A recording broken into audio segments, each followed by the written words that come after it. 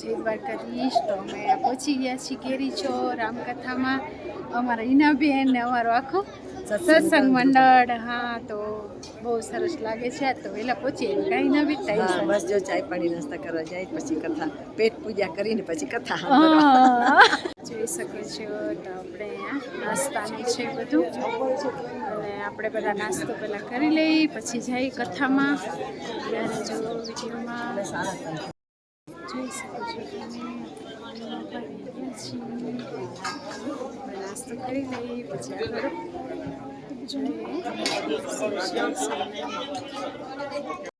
જોઈ શકો છો. આપણે બધા નાસ્તો લઈ આવ્યા છીએ.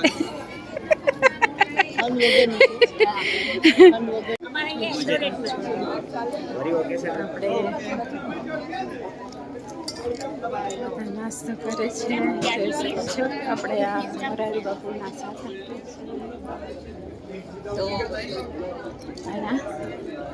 તમે જોઈ શકો છો. આપણે મોરારી બાપુની કથા સાંભળવા માટે જય દ્વારકાધીશ ગાઈસ. તો જો આપણે કથામાં આવી ગયા છીએ અને પેટ પૂજા કરી લીધી. હાલો દેરાણી જેઠાણી ફોટા પડાવીએ જીરા પાસે. અમારો અભિષેક પણ છે. સિંહાગર પાડીએ ખૂબ ફાઇન ડેકોરેશન કર્યું છે.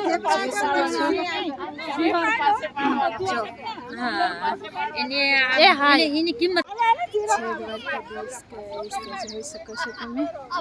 કેવું મસ્ત અહીંયા છે. એકદમ સરસ કર્યું છે આ લોકોએ ડેકોરેશન. અમારે કેન્યાનું બધું રાખ્યું છે, તમે જોઈ શકો છો. અને બહુ ફાઇન અહીંયાની જગ્યાએ એટલી ફાઇન કરી છે. પગતાણ પણ એટલી છે.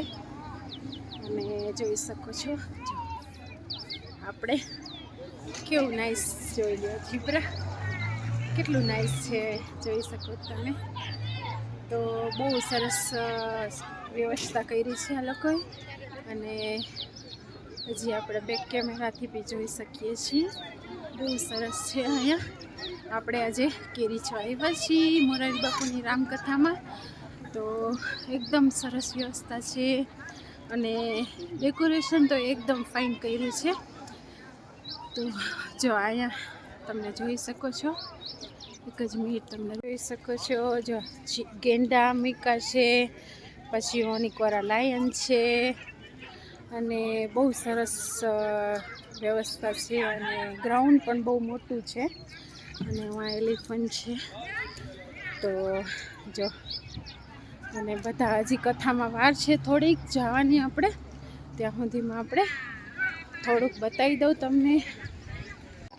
જોઈ શકો છો લાય હવે દીપડો છે. કેવો નાઈસ છે, એવું લાગે કે જાણે સાચો જ છે. અહીંયાનું ખાસિયત છે બધી એનિમલ.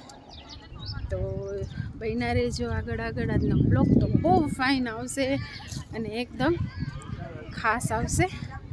અને હવે જોઈએ આપણે અંદર જોયું મોરારી બાપુના બધા ઓલા જી મ્યુઝિક ને વગાડે ને એ બધા હતા.